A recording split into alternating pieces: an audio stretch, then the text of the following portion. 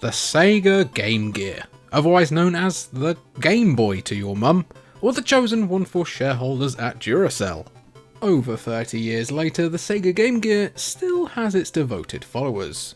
While Sega's aggressively marketed handheld console failed to unseat Nintendo and the Game Boy, the Game Gear still enjoyed more success than anyone else who tried to shift Nintendo's fortunes in the early 90s.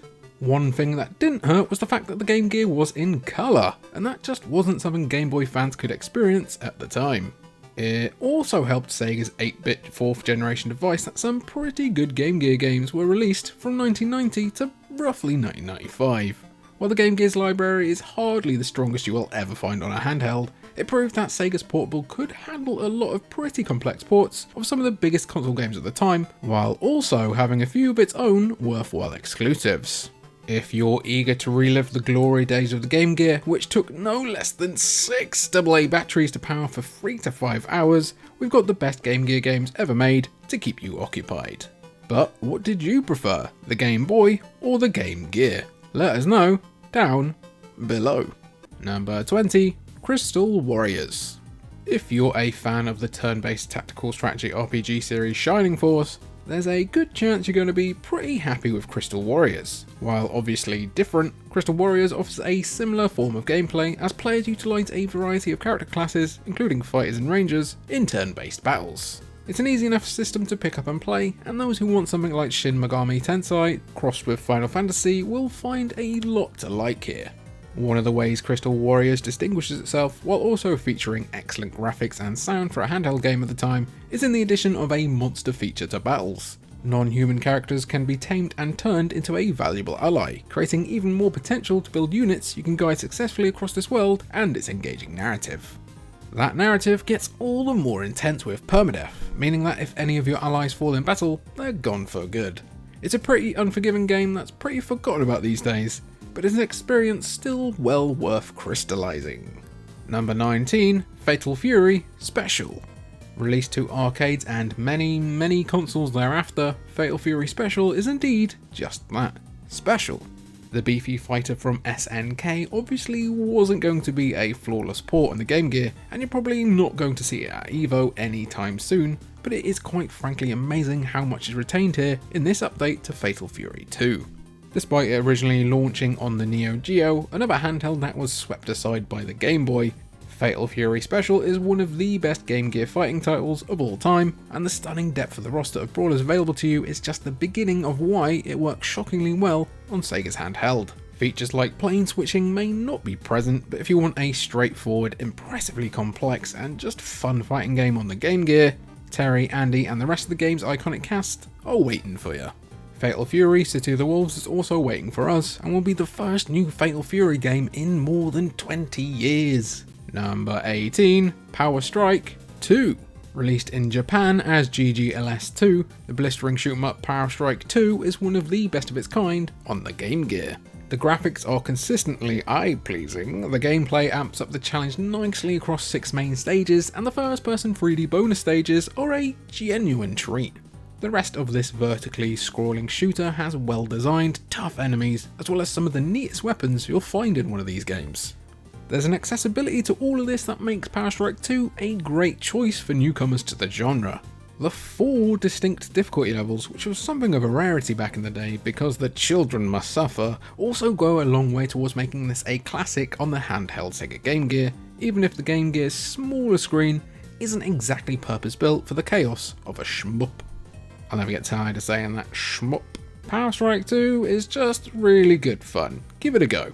Number 17, Dynamite Headdy. Dynamite Headdy has become a little lost to time, and that's a shame for a platformer that looked and played beautifully on the Master System, the Genesis, and on the Game Gear in 1994, while also sounding like a forgotten WWF wrestler from the new generation era. I swear I watched him get Isaac Yankem in a headlock once, right? Just me? Taking on the role of a heroic puppy named Headdy, who comes with the gift of interchangeable heads, Dynamite Headdy goes hard on its clever premise.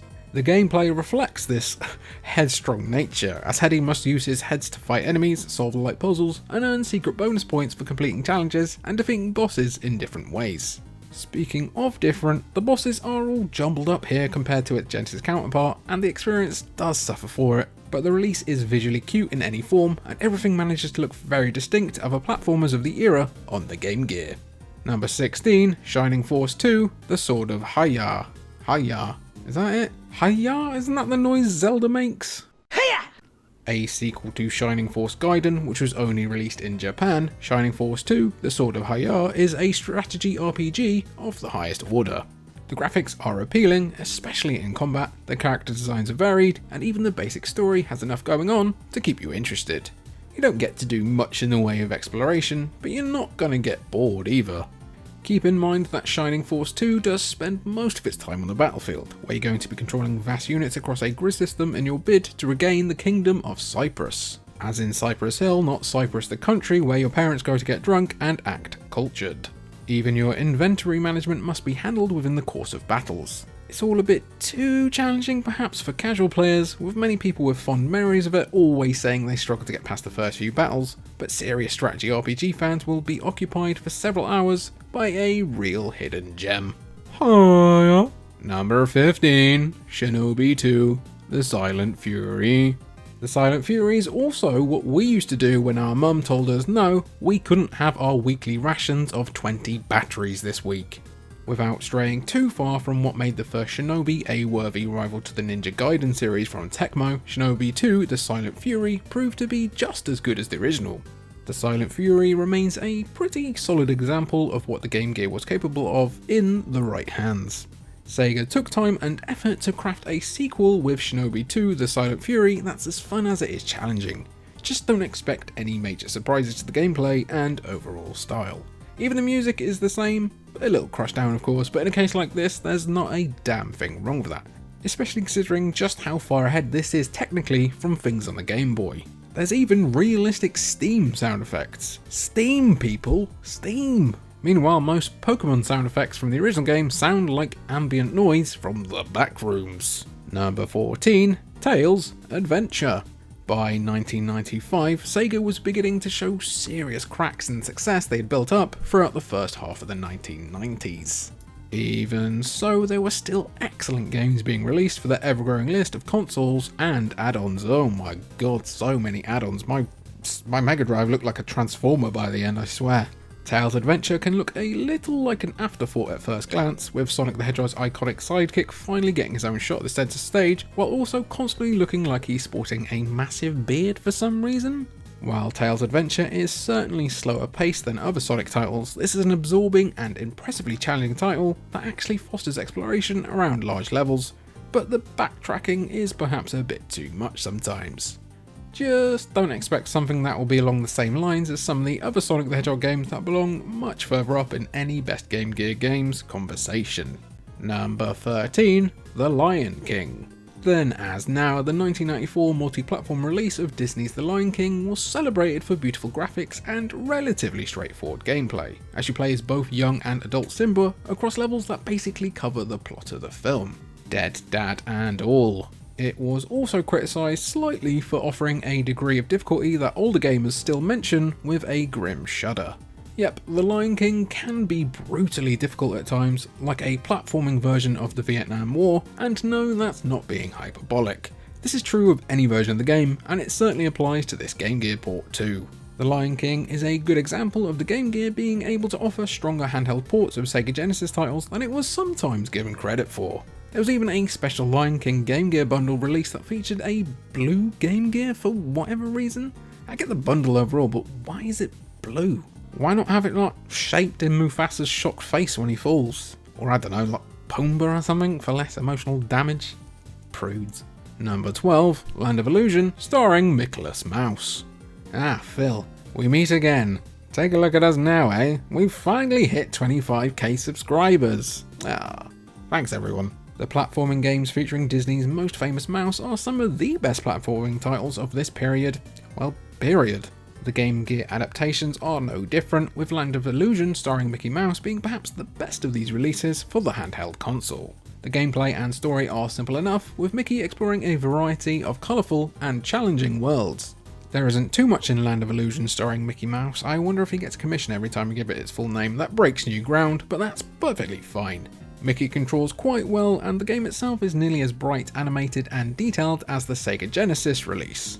Just expect another Disney platformer with the occasionally alarming difficulty spike. They really must have wanted to get every bit of battery oil, or however they work, for every game. Number 11, Mega Man. Rather than a portable port of the first Mega Man game, this 1995 Game Gear release is in fact a blend of the fourth and fifth games in the series. Another thing that makes this series a bit tricky to pass for newcomers. Really, when you think about it, Mega Man is just the embodiment of that all I know is I must kill meme. It's an interesting title simply for the fact that Sega didn't really get much in the way of Mega Man in the 90s. This represents a rare opportunity for Sega fans in general and Game Gear fans specifically to do a spot of robot murder. Luckily for anyone who is interested in playing Mega Man on the Game Gear, the game is exceptionally fun and playable on every possible front. Also, you go against a boss called Napalm Man, who sadly isn't Oppenheimer. Cowards. Just about everything you like about Mega Man games in general can be found in Mega Man for the Game Gear. All in all, a surprisingly good effort from Freestyle and US Gold. Such a good effort that physical copies of this gem are very highly sought after. Wait, how sought after? Wow. Wow. Could you imagine if they put Oppenheimer in it after all, eh? Number 10, Wonder Boy 3, The Dragon's Trap. Ported to the Game Gear from the underrated 8-bit Sega Master System, go watch that video if you haven't yet please. Wonder Boy 3 is also known as Monster World 2 in Japan. Gaming in the 90s, it's sometimes fun, but always confusing. Under any name, this title in the enduring fan favourite Wonder Boy series is everything good about old school platforming. On the Game Gear specifically, The Dragon's Trap offers some of the brightest and most memorable cartoon visuals to be found anywhere, but also being one of the longer games you can pick up. Sure, a lot of the other games were about an hour long once they stopped bullying you, but don't worry about that. This despite a handheld console that could sometimes wash out the details of characters and backgrounds in the effort to bring everything to a smaller screen. Wonder Boy 3 is simply fun to play, with just the right amount of challenge, even if that challenge is ramped up a little bit by fighting for your life on the smaller Game Gear screen. Number 9, Sonic Chaos. Also known as what happens on DeviantArt when the moderators step away for a couple of hours. Sonic Chaos was the first original Sonic the Hedgehog title released specifically for a handheld. Sonic Chaos is a little lost in the shuffle in retrospect. I mean, people even remember Sonic Chronicles more than this. And it's certainly not as well remembered as some of its flashier 16-bit siblings. However, for those particularly eager to relive the best of the Game Gear, Sonic Chaos can be a fun way to spend some time. The ambition here is certainly impressive, with being able to play as both Sonic and Tails, combined with new special moves, multiple endings, and some of the best graphics ever put on the Game Gear. While perhaps nothing spectacular in the grand scheme of things, Game Gear enthusiasts and Sonic completionists won't find Sonic Chaos to be a waste of time, as well as perhaps being one of the more underrated entries in Sonic's giant library of games, with an absolute knee-slapper of a soundtrack to boot. Number 8, Defenders of Oasis. No, not what certain veterans of the Britpop war call themselves. I mean, Blur were always better anyway. I mean, it's true. Featuring a striking visual style and well-executed RPG mechanics, Defenders of Oasis is the kind of all-time best Sega Game Gear game that not enough people talk about. This is as traditional an RPG as it gets, so fans of long grinding sessions and turn-based combat will feel right at home with this one. However, where Defenders of Oasis differs itself from any other RPG of the era, certainly on the Game Gear itself, is in its settings and characters. The Arabian flair suggested in Defenders of Oasis is apparent and beautifully done on the handheld. This is a vivid Game Gear world created with good characters and plenty of challenge, while probably being right up there as one of the longest games on the Game Gear too. Also, that soundtrack, another certified knee slapper. Number 7, Master of Darkness. Is Master of Darkness, also known as Vampire Master of Darkness, just to be a bit awkward for no reason, for all intents and purposes a rip-off of the iconic Castlevania series from Konami? Yes. Is it also an absolute blast to play? Yes. Are you going to have a minor stroke over the mind-numbing difficulty this game often achieves? Also, yes. And we're not just talking about the ultimate boss of the game, which is going up the bloody stairs. It's hard to not get caught up in the gothic atmosphere and plot of Master of Darkness on the Game Gear, especially because it's so rarely seen on the Game Gear itself. The game puts you in control of 19th century psychologist Dr. Social, who sounds like Elon Musk's evil alter ego, whose Jack the Ripper investigation brings him into contact with Vlad Tepes. Master of Darkness may not have a lot of originality going for it, but it's still a visually beautiful, engaging and memorable Game Gear experience that you should sink your teeth into. Number 6. Road Rash. Good racing games for handheld consoles were tough to come by in the early 90s, so this direct port of the 1991 Sega Genesis hit was a rare outlier for desperate racing fans. The game holds up pretty nicely for what it is, with the Game Gear doing an excellent job of emphasising the appeal of racing on a motorcycle, with the ability to attack and knock away your competitors always being a bloody good bit of fun. The game looks and controls just fine for the Game Gear, with the right balance between hand-to-hand mayhem and actual racing mechanics. Road Rash isn't much deeper than that, but you don't need racing simulation perfection on a handheld when you can just punch people in the neck instead. That's what should be in the next Mario Kart in our opinion, just Luigi straight up giving Mario a sweet chin music. Maybe an item box could summon Randy Savage to beat people up with Slim Jims. Also, if we're going to keep turning random old games into battle royales or multiplayer or whatever, why not Road Rash? Imagine 72 people or 100 people just beating each other up on the M6, in a game of course. That'd be well fun. Number 5. Mortal Kombat 2. The first 3 Mortal Kombat games in particular were ported to just about anything with a screen in the 1990s. Mortal Kombat 2 for the Game Gear is just one example of this thought, but it's also one of the best handheld fighting games of the era. The depth and entertainment value of the arcade and stronger consoles can be found here for the most part. Personally speaking, it was this game that got me to put my Game Boy down for a while for long car rides. I still remember trying desperately to tilt the screen in such a way so that I could watch Reptile just basically suck people up with his tongue and eat them like a pot noodle. Good times. The essentials of everything that made Mortal Kombat 2, featuring returning characters like Liu Kang and Johnny Cage and new faces like Jax and Shao Kahn, one of the biggest hits of 1994, can be found here in gloriously compressed fashion. Number 4. Sonic the Hedgehog. It should be no surprise that Sega would launch its handheld challenger for Nintendo's portable throne with its pop culture superstar mascot at the forefront. No, not Michael Jackson. The year is 1991, a pretty good year for people called me, and Sonic the Hedgehog is one of the hottest new characters in video games. Any new game with Sonic as the star was going to sell and sell big in the current landscape. Sonic the Hedgehog for the Game Gear proved that in no uncertain terms, but then and now it's also a pretty fun port, even if you feel like you're leaping into the unknown a bit too much due to the smaller screen size on the Game Gear. Despite being scaled down in various ways, Sonic the Hedgehog is still a fast-paced side-scroller that pits Sonic against the evil Dr. Robotnik, who will always be a little bitch no matter what platform he's on. In other words, at no point does Sonic the Hedgehog forget what made its 16-hit big brother so great. Number 3. Streets of Rage 2. Streets of Rage 2 is considered by many to be among the very best side-scrolling beat-em-ups of the 16-bit era.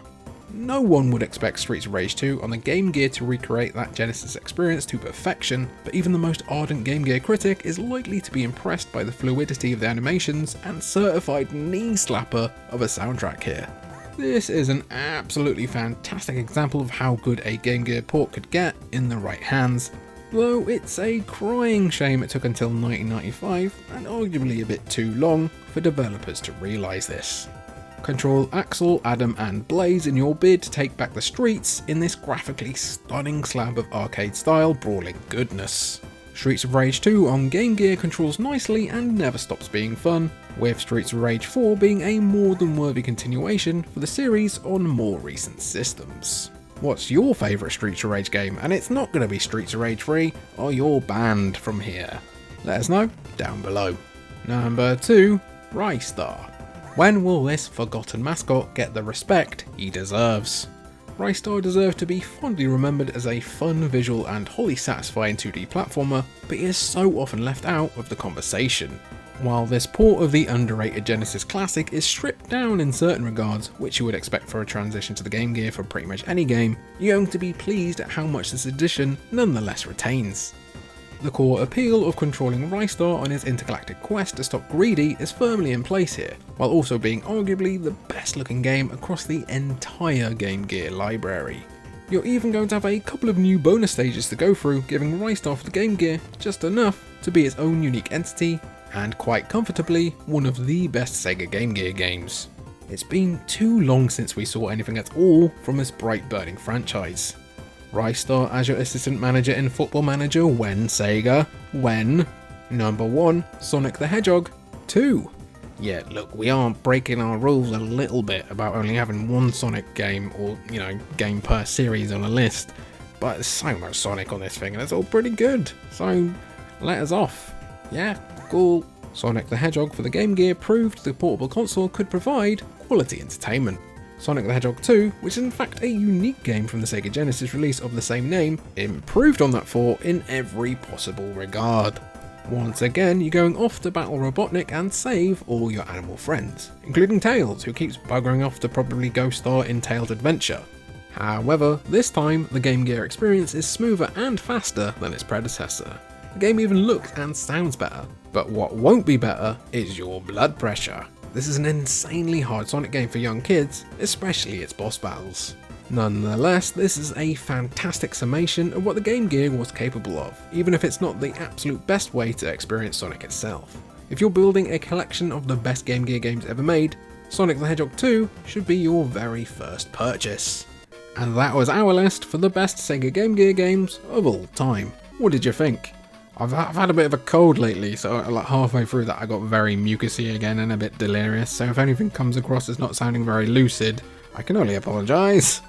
What is your favourite Sega Game Gear game? What did we get too high? What did we get too low? Let us know down in the comments down below, and join us next week for a look at the Sega Saturn. I've been Jimmy for the Cultural Vulturals, and thank you for watching.